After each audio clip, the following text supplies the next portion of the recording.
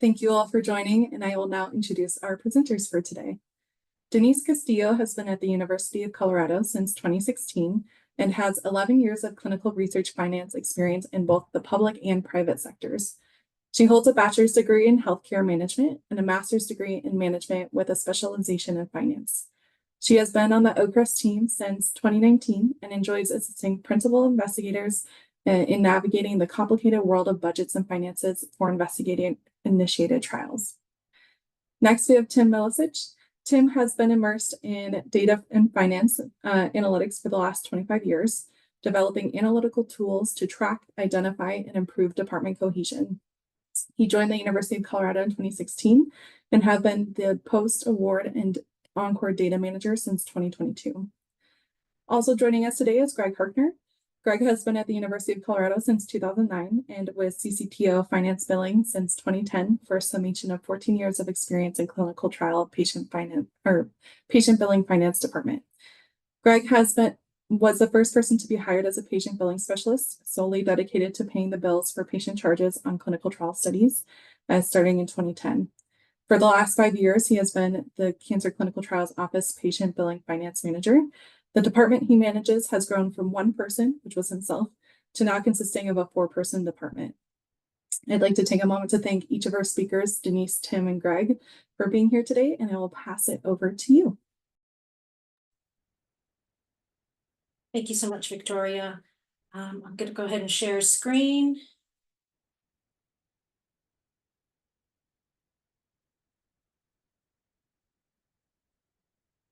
Okay, so good afternoon, everyone. Thank you for joining us today.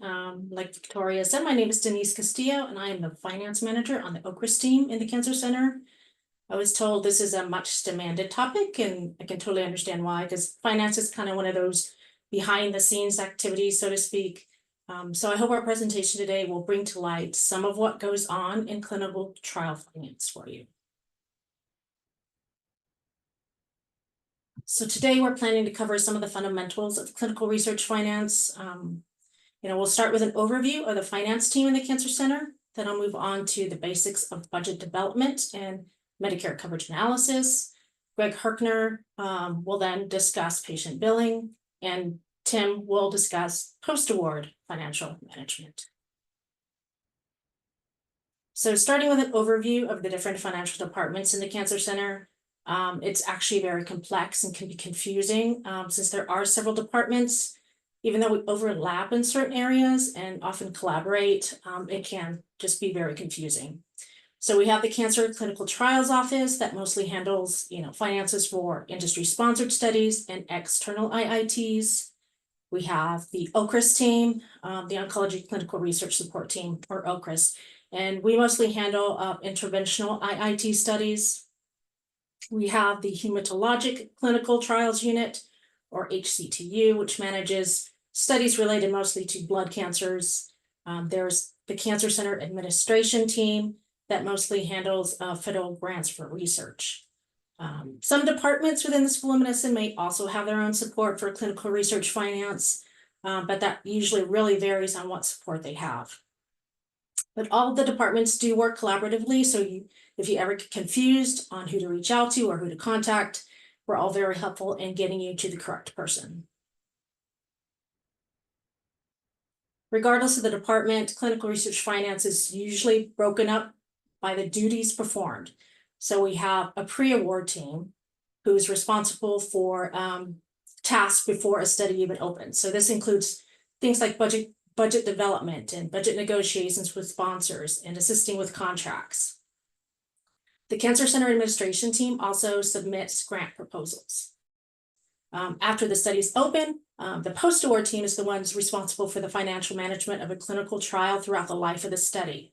This includes invoicing sponsors for payments, reconciling accounts, sending out PI reports, and paying invoices from vendors or subcontractors. The CCTO also has a designated billing team, which is responsible for paying hospital and CU medicine invoices for clinical trials and ensuring that procedures are billed properly. So as we go through our presentation today, you'll see how pre-award, billing, and post-award are all linked together. So starting with budget development.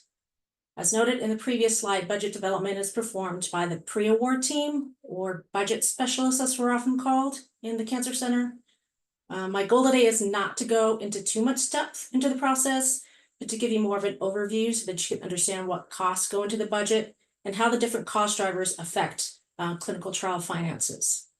For those of you who already budget, this will probably be pretty elementary, since this is really geared more towards those who don't budget. So why do we even need budgets for clinical trials in the first place? Unfortunately, clinical research isn't free.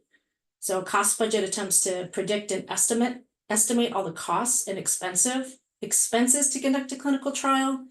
This is important because it'll help us determine how much funding is actually needed to complete the study successfully. Whether we're doing an industry-sponsored trial or an IIT study, we need to make sure there's enough funding and that there's no shortfalls. Additionally, budgets are used for billing compliance, as it shows which procedures will be billed to insurance and which procedures will be paid for by the study. This can help guide regulatory when they're drafting their informed consents, and study coordinators when they're discussing the study with patients, as well as it helps our billing team pay invoices. So what expenses need to be captured in the budget? So these costs can really generally be divided into two categories: protocol-related costs and subject-related costs. So protocol-related costs are those expenses that result from activities performed to manage the protocol throughout the life of the study. So these are things like study startup costs, IRB fees, pharmacy fees, hospital fees, maintenance fees, etc. Most of these costs are already set by various departments who have a statement of fees. And so these posted listings, they usually have these fees posted and listed for you. Subject-related fees are expenses that result from activities performed to bring a study subject through the calendar events of the study protocol. So this includes costs such as procedures, labs, drug, other patient care costs. It also includes labor costs for the study team and any cost of studies. What do we need to develop a budget successfully and accurately? Our main guide is going to be the study protocol and calendar events. However, we also need input from the clinic team and PI in order to determine which specific services or resources may be needed, particularly with an IIT study. For example, will the shared pathology group be needed for correlative samples? Will resist read be done by radiology or by the treating provider? So these are things we will need input from the clinic team and PI. Finally, we'll need a Medicare coverage analysis, which we'll cover a little later. So let's talk a little bit more then about the study protocol and calendar events. So every study protocol should have a calendar of events, or schedule of events, as it's sometimes called. From this, we should be able to clearly see which procedures are required for the study and at what time points. So as indicated by the X in this example, it shows which procedures are done at which time points for each visit. From this, we should be able to draft our per patient budget. So our internal per patient budget should closely mirror the calendar of events. Please note that this budget that I'm showing right now is for illustrative purposes only, so the cost may not be up to date. But as you notice in our budget, the X's that were in the calendar of events is replaced by either a cost or a billing designation. So when an activity has a cost at that visit, that means it is billed to research. For instance, the scans at screening are billed to research because there's a cost there. So the study will cover the cost. However, you'll notice that the scans at cycle 1, day 8 show as SOC. So SOC means that activity will be billed to the patient's insurance at that time point. You'll also see that there's R's in the budget, which means that the activity is research paid. So you're probably wondering then, why is there not a cost associated with it? So the ones with the R's, many of those costs, for example, the informed consent, the review of eligibility, etc., they're actually performed by the clinic team. So those costs are included in the labor fee for that visit. The NA designation in the budget means that those activities are included as part of another procedure. For example, an ECOG and vitals are considered part of a physical exam. So one point I'd like to make is that even though the calendar events is the main tool used to build a budget, don't rely solely on the calendar. It's essential to read the entire study protocol because there will be very relevant costs not captured in the calendar events. For instance, in this example, the calendar events had tumor assessments, but it doesn't spell out which exact scans need to be performed. Sometimes it's in a footnote at the bottom of the calendar, but it's good to read the protocol to make sure we are including everything. It's really the only way to do a full assessment of the services and resources needed for the study. It's also really important to communicate with the clinic team and the PI for any clarifications and further information that's needed for the budget. So then you're probably wondering, in the budget, we have all of these billing designations. How do we even determine which activities will be billed to research and which ones will be billed to the patient's insurance? And this is where the Medicare coverage analysis comes in. All right, so the Medicare coverage analysis, or MCA, as it's usually called, is a service provided by UC Health to determine whether a study is a qualifying clinical trial or not. So I'm not going to go into detail here as to the criteria for a qualifying clinical trial. If you're interested in that, there's more information. UC Health has an online training on their ULearn website that goes into more depth in that. But if a study is a qualified clinical trial, UC Health will then determine for each procedure in the study whether that activity can be billed to a patient's insurance or whether it needs to be study paid. So can is the key word here. So it's important to note that if a procedure can be billed to insurance, the study team and PI can choose to still have it research paid. However, the opposite is not true. So if the MCA determines that a procedure must be research paid, we cannot then change that billing designation to SOC. So the MCA is a key piece to help guide us in building our internal budgets, since it, it helps us determine billing designations and what we can bill to insurance and what has to be research paid. So we use it as a guide. There are some nuances on the timing of when we build our budgets from the MCA. For instance, some departments will wait until the MCA is created before drafting a budget, as this reduces errors. For IT studies, however, unfortunately, we don't have an MCA before we budget. So we just need to ensure that once we do have that MCA, we correct any discrepancies between the MCA and the internal budget so that they match. Because once the MCA is finalized in Encore, it becomes the billing grid that's used for billing compliance. So this ensures consistency and equity for our patients in clinical trials. And this is something Greg will discuss a little more in more detail when he does his presentation. All right, so once we have all the elements needed for the internal budget, we can bring all the pieces together into a final budget. So to review, the per patient budget should show a detailed visit by visit outline of all the procedures and assessments required for that visit. It should also have the billing designations for that procedure, which should match the MCA. Labor costs for the clinic team are each visit in the per patient budget as well. And most importantly, we need to make sure that any F&A costs are included. So for clinical trials funded by industry, the F&A rate is 28%. However, there are different F&A rates depending on the funding source. So if you don't know what it is, please be sure to look it up. So once we have that, this per patient budget should give us the total cost for one patient to go through the entire study, or our per patient cost. We can then compile all the protocol related and the subject related costs into a summary sheet to give us the total cost for a study. Now, everyone has a different template for this, but the concept is the same.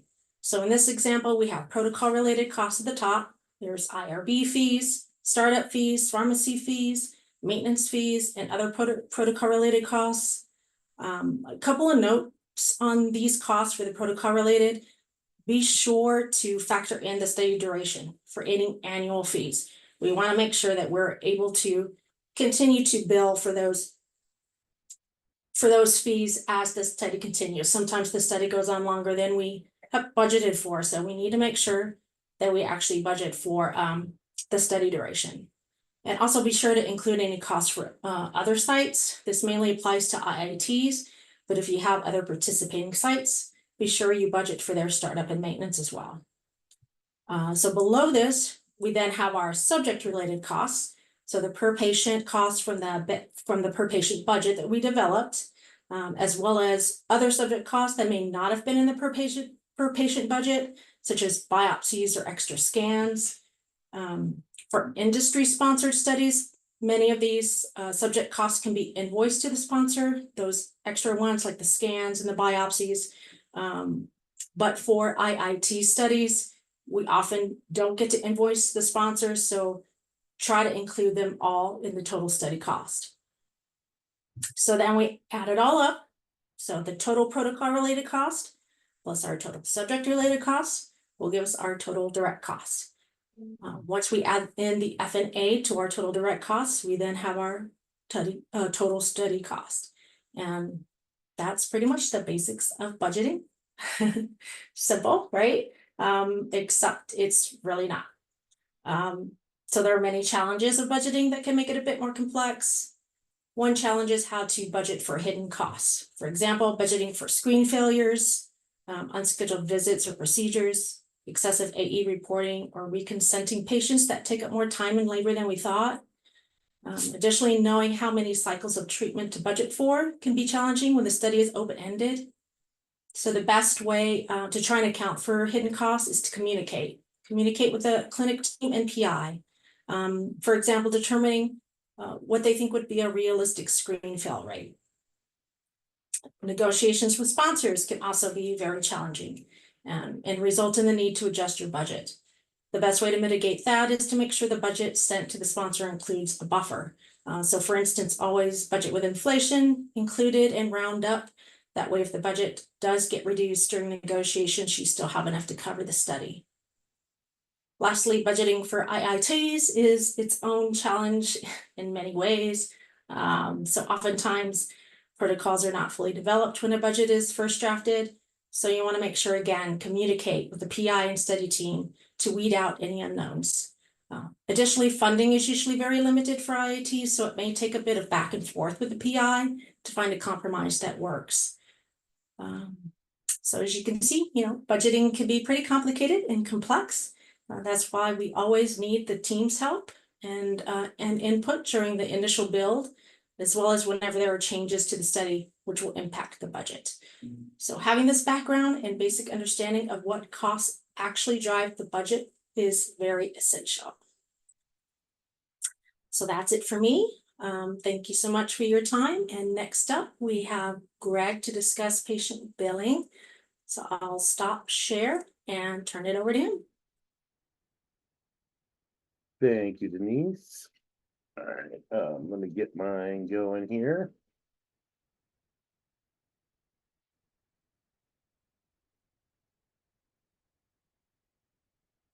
All right, everyone can see that okay. My name is Greg Herckner. I'm the CCTO billing manager.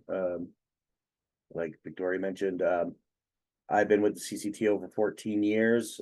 Back in the day when billing was handled by stickers and pieces of paper going through interoffice mail. We have a much more different system nowadays, and I just want to present how my team receives everything, what systems we use, how the clinical team affects patient billing, and how it rolls into from pre-award creating everything. Well, we take what they have made and use that in order to make sure that we are paying things properly and that the billing is going the right way, study paid versus being billed to the patient. And then it also gets passed off to the post-award team for items that they need to collect for invoice-wise, where milestone money comes automatically, but there's other charges that need to be collected for that we pay for. So the easiest way to differentiate between Tim's team and my team is I give our money away, Tim's team collects it back.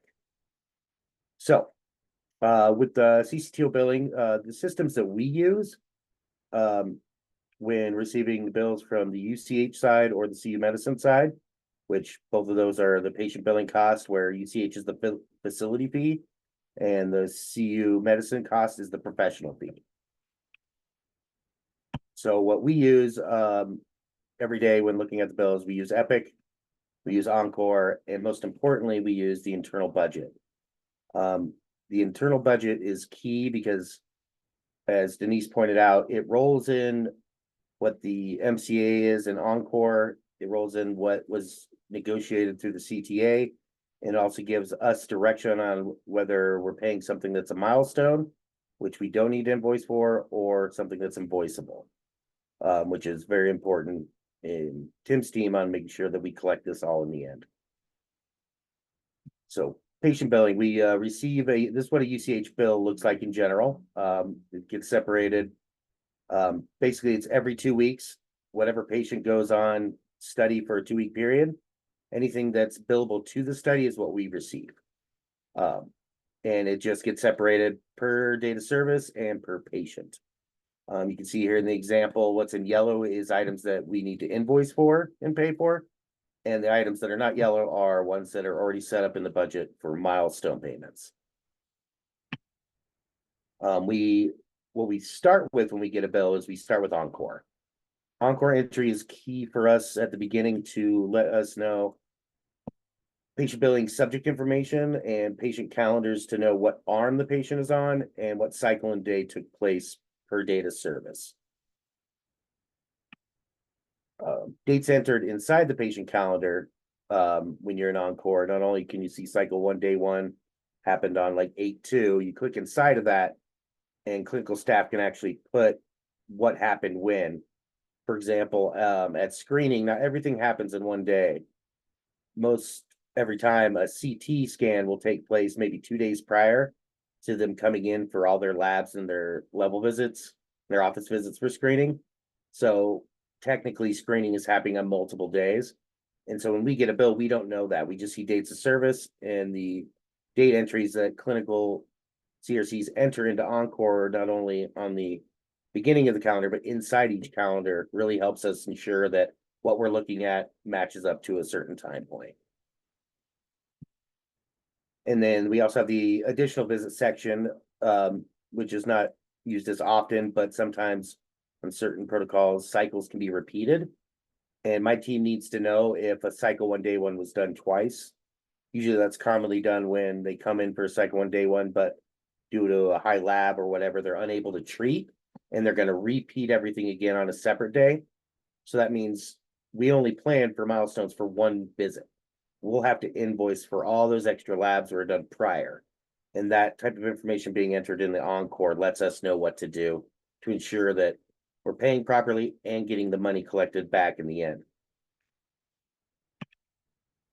So when we go into Encore, you can see on the left side of the screen is what we look at with the subject. It gives us the arm name and right there. So we know especially with the industry studies, there could be many arms, and we got to make sure we're looking at the proper arm for the proper patient because they do vary in payer and procedures and everything.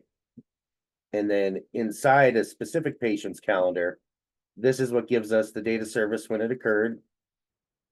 You can see they have the planned date, which is an automatically generated date. That doesn't really mean anything most of the time they line up, but that is an automatic date. It's the date below on the visit date that's entered, and that is this clinical team telling us this patient came in for cycle 1, day 1 on this day, and we match that date of service up on our bill, so we know we're paying this day is cycle 1, day 1. And like I was talking about before, when you click on that date, it brings up inside that cycle 1, day 1 calendar. And you can enter separate dates. Another good example would be a tumor biopsy isn't done during the traditional lab day of screening. It'd be done on a different day. And we need to know exactly what that day was so it matches our bill.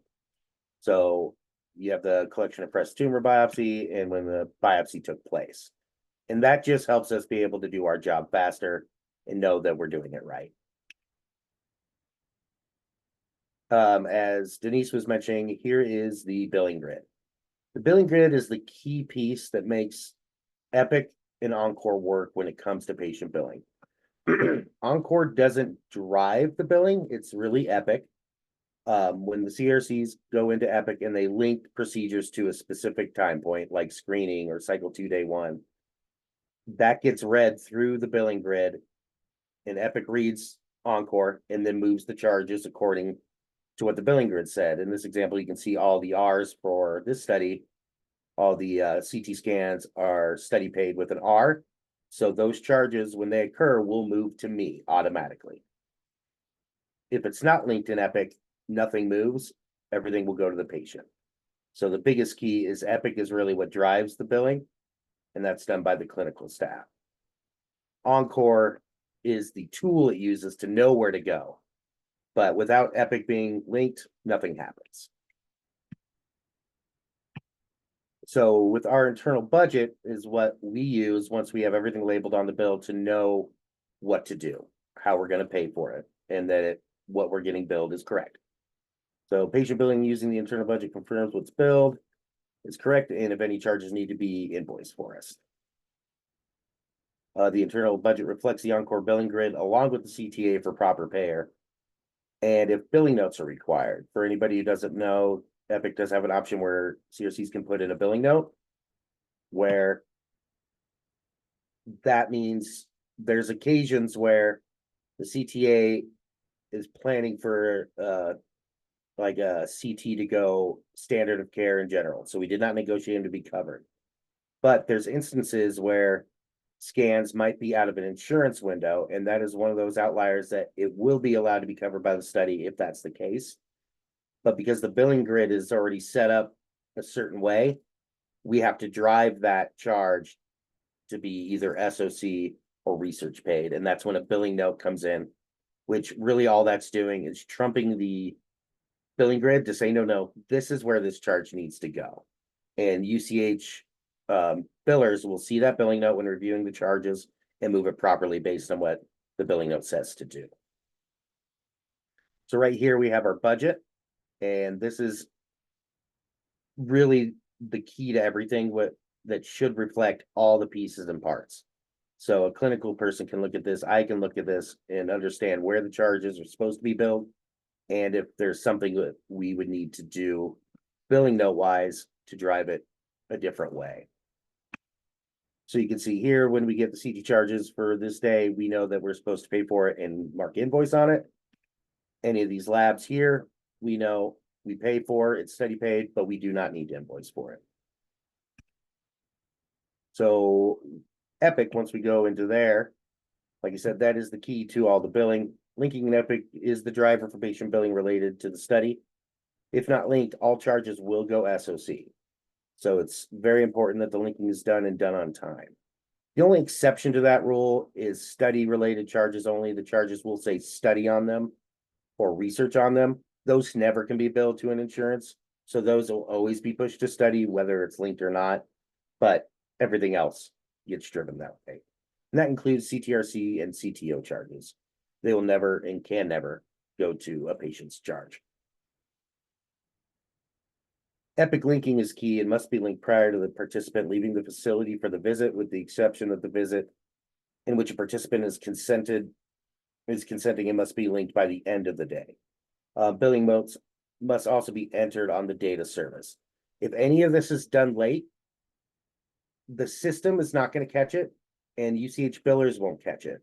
So if anything is entered late, we have to contact UCH and CU Med to let them know, hey, I just linked something that happened a couple days ago.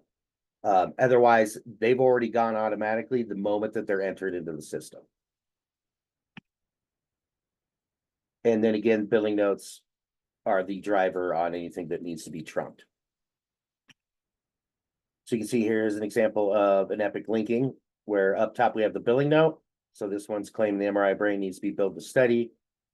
And there's a couple different reasons why that might needed to be entered, but It will ensure that the MRI brain was study paid and will be moved to me and not the patient.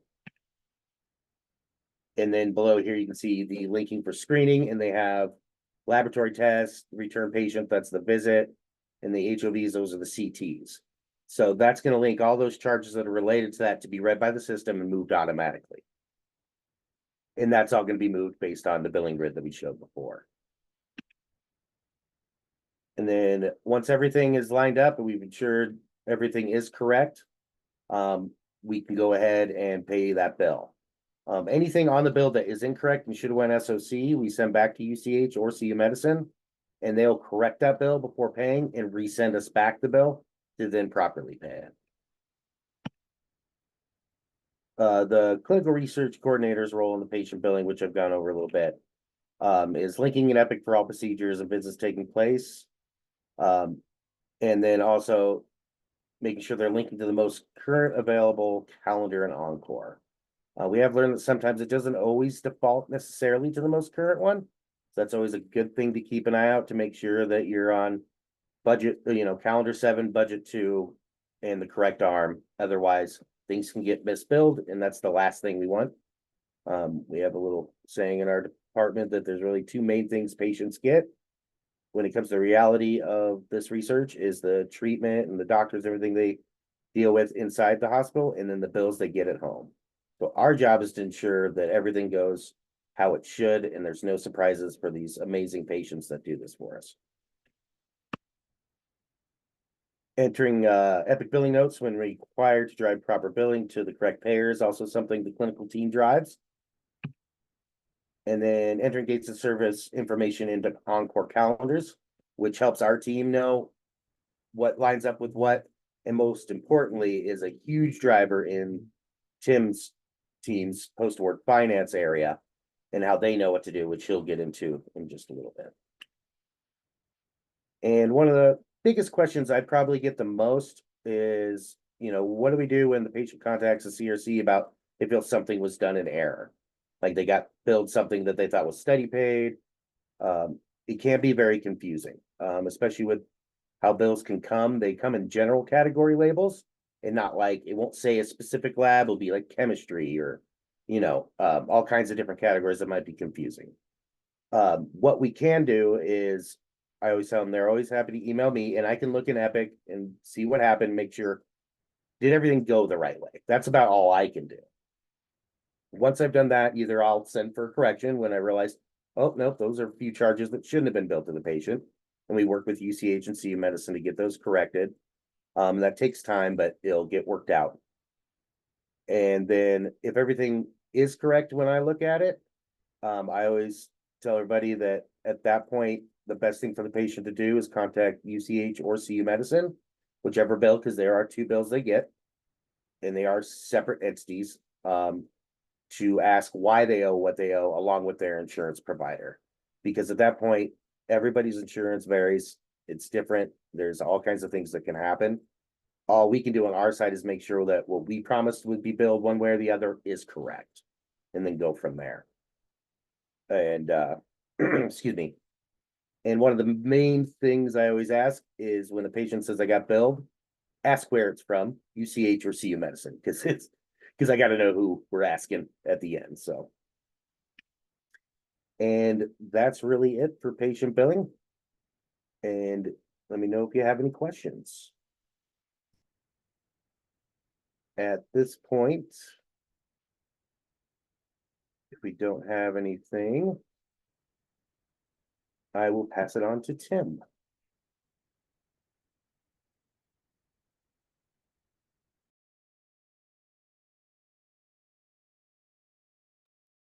Hi, everybody, and thank you for attending today's Lunch and Learn. And I wanted to thank Victoria for putting this together, and also thanking Greg and Denise for their presentations. As we go through this, you'll see that kind of how everything's kind of all interacts together. That's budget, billing, and also post-award in regards to finances.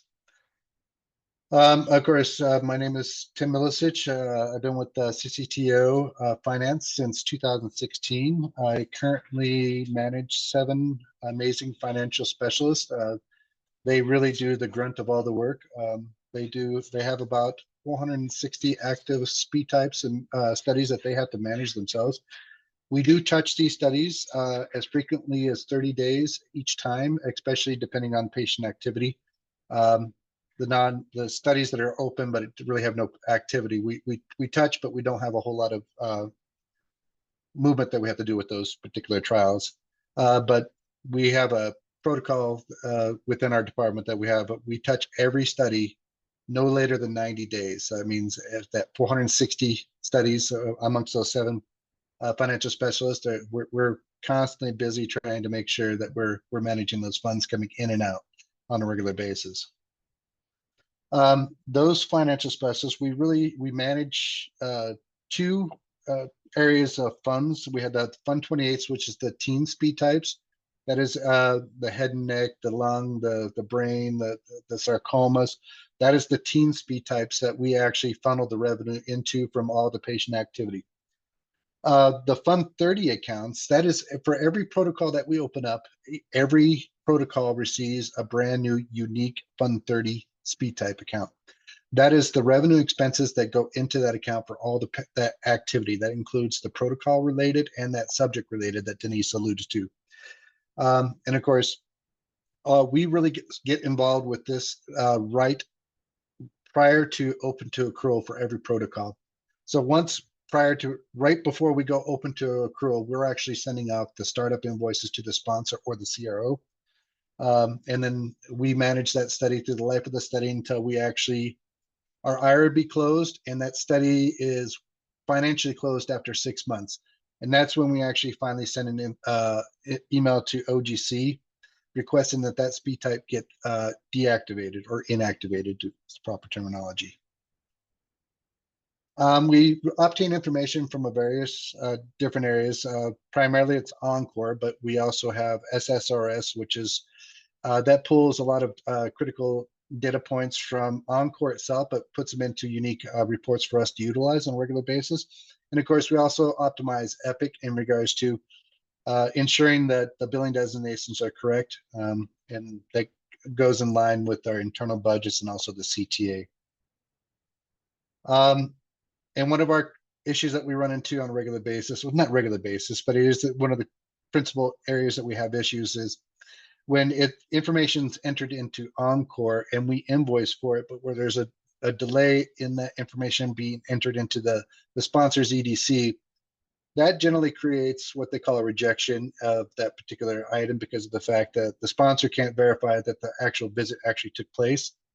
And rejections, they're fixable, but the problem with that is it creates an automatic delay in payment received.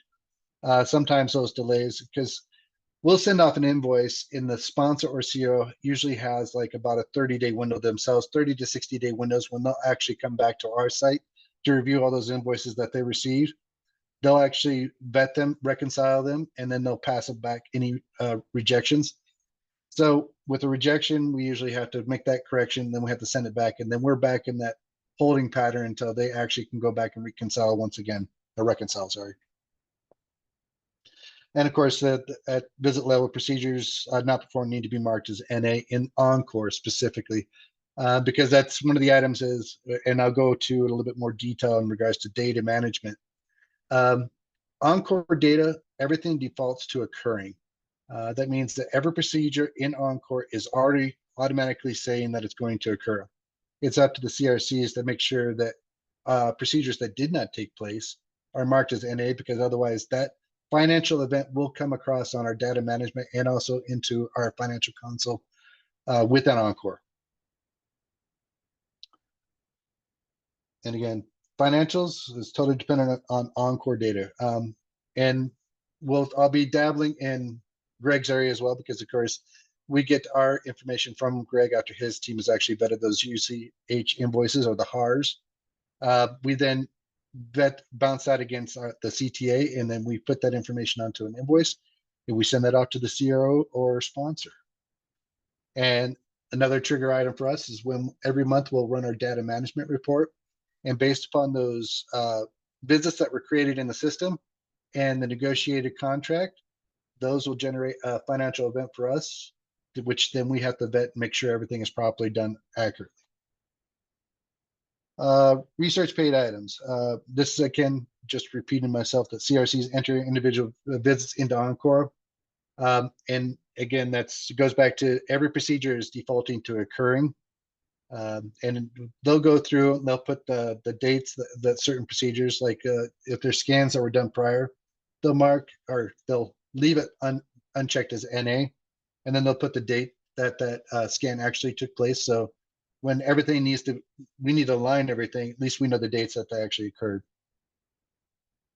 Finance specialists will also use Encore to determine which procedures were completed and if they were SOC or research paid. It's kind of a guideline for us.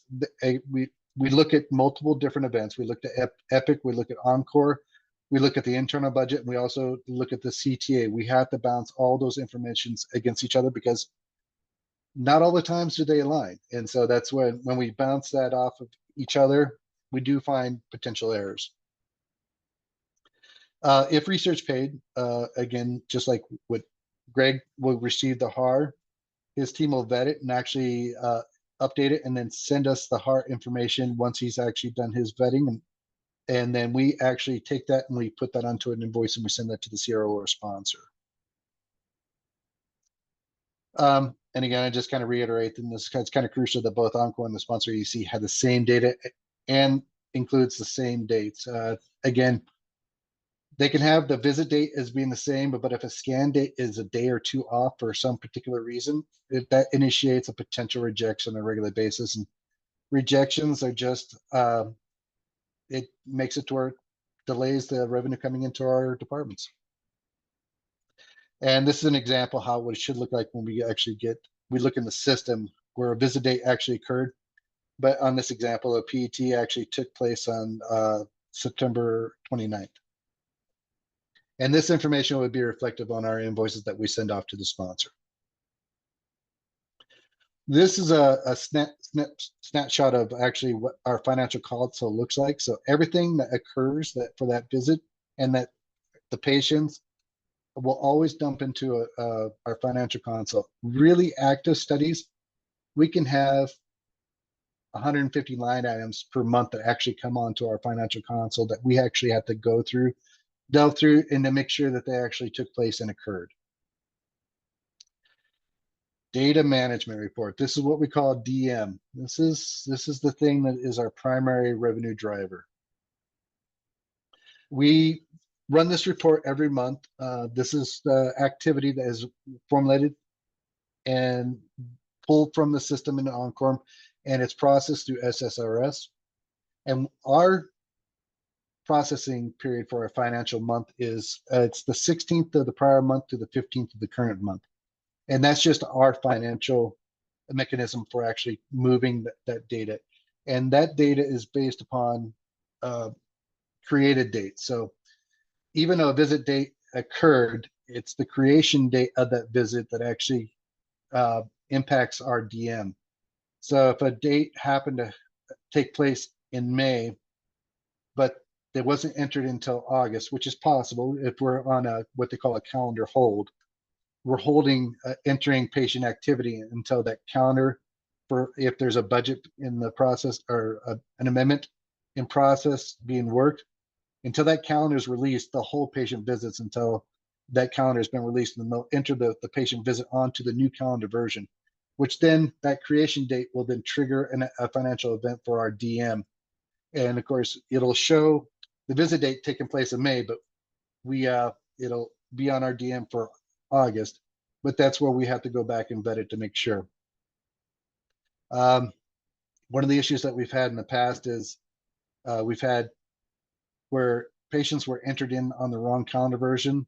Somebody didn't catch it until later, and so they deleted the visit and they re-entered the visit at a later date. The problem with that is because it creates a new creation date for that particular visit. So that actually ends up dropping onto our DM again. So we do have QCs to help us prevent us transferring additional revenues, but it could be problematic if we don't catch it, because that means we're duplicating revenue to the team for the same visit. Of course, the DM helps us determine how much money that needs to be transferred to the various departments for their efforts. This includes the clinical teams, the PI, fees, the laboratory, the admin, which is the pre and post award, and the CCTO performed. And I'll go in a little bit more detail of what the CCTO performed actually is. And of course, this is our primary revenue driver. This is which brings in CCTOs the majority of our income. That doesn't include, again, we invoice for all the protocol related items, and we also invoice for the annual maintenance items that occur annually. But the patient activity is our cream of the crop. This is an example of each of those financial specialists with what we get on a monthly basis. And this is just for one particular protocol. So as I said, we have 460 plus active protocols that we manage. That doesn't mean that we're getting activity on 460, but we have potential activity on potentially 460 plus protocols. But so we'll get, that means that each one of these actually gets their own tab, individual tab. So then we have to go through this. We have to vet to make sure that the visits actually took place, that the revenue that's associated in these are actually correct. And this is based upon what is set up in Encore, but we still have to vet it between Encore and then also the CTA, because unfortunately sometimes what's in Encore doesn't necessarily align with the CTA. We do request to have those corrected, but unfortunately it's how the system works today. Corrections usually won't take place until an actual protocol amendment is actually processed. So that could be months and sometimes even up to a year that we actually have to manually fix any inaccuracies within our DM to align with the CTA. This is the bottom portion of that same spreadsheet that we actually get. This is the actual labor fees that we have to also vet, and we actually have to make sure that those numbers are actually aligning with the CTA as well. This is the research admin fee. This is that flat rate that we charge per visit on every study. It does range between $100 all the way up to $200, depending on how the contract was negotiated. The CCTO performed. This is the ancillary labor rates that we actually we want to move dollars for our efforts. And that includes PKs, EKGs, data transfer fees, all the ancillary items that are not included into our base salary rate. CCTO labs. This is a share that we do between CCTO labs and our study coordinators. It's a 70-30 split that we actually share for all the EKGs and the PKs. And that's because the CCTO labs process it, but of course, our clinical staff also processes their portion of it. And study coordinator fees, this is just the base rates that we actually build within each budget for each cycle visit that we're actually processing. So that is the actual labor rate for that study coordinator fee. And of course, then we have the PI fees, and that's basically for all the treatment visits. There's a PI fee, and that's their labor rates to actually to perform that visit as well. Regarding the CCTO performed, this is a sample of what we actually see. This is a secondary tab to the main tab I showed you prior, but this gives all those ancillary labor rates that we actually have to process. We normally don't, this is just for our internal use, and it also, it divvies up our splits that we have built into the system. It also is our tool to where we can actually mark for invoiceable items. So when we're processing our DM, when we're done with our DM, we'll go back to that particular protocol and we'll take these items and we'll place them onto an invoice. We won't necessarily send out the invoice right then and there.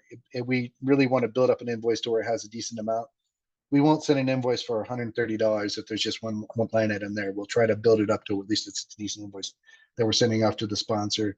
Again, because of the fact that it takes so long for them to actually review the invoice and send it back, we want to give them a substantial invoice or a decent size invoice to actually vet and reconcile.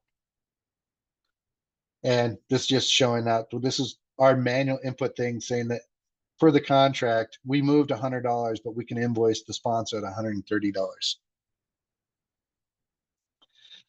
This is just when we're doing all of our data management, we are actually vetting everything. We're vetting the data management report. We're vetting the internal budget. We're vetting the CTA. So it's a long and arduous process, but it's something we have to do, and we do it religiously. Again, we compare it against the internal budget to ensure the procedures and our research paid. We ensure that the negotiated amount is correct, and that's within the system. And that's where we usually find it doesn't necessarily always come across correctly. And we have to send it back to our maintenance team in our pre-award side to ask for them, when they actually process an amendment, if they can include an amendment for the budget to be updated to have the correct negotiated rate added. Otherwise, we're manually making that change on a DM each and every month. Identify that procedure is a milestone or invoiceable item.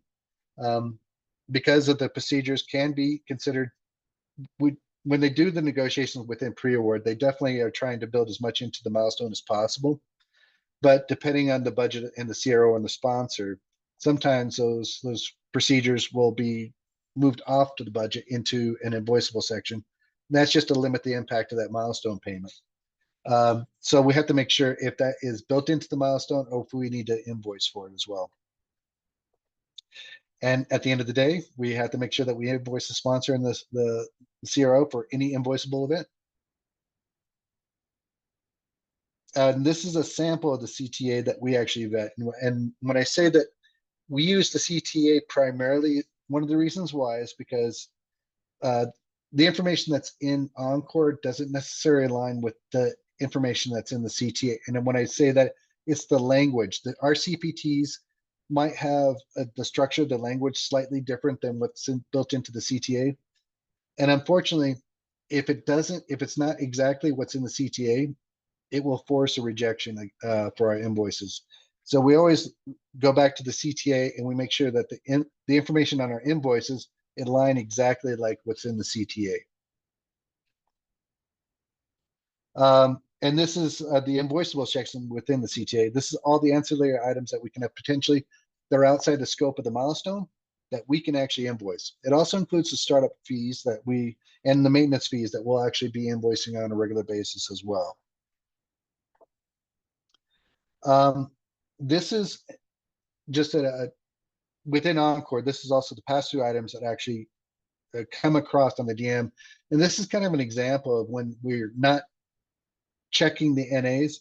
What happens with the financial specials, we go into the financial console, and we see that for this, it looks like there should have been an echo, an MRI, or CT, and a CT chest. But unfortunately, only one of those events actually took place. That's why we want to make sure that our clinical side is making sure to mark those NA if they did not occur. And this is just an example of how that looks on the clinical side, where they would be flagging those as NA, and that's those boxes that are highlighted in the red.